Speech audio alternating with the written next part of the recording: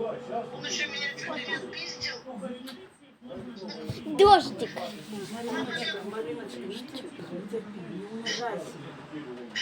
Ладно, Лена приехала, меня забрали. А зачем мне это надо?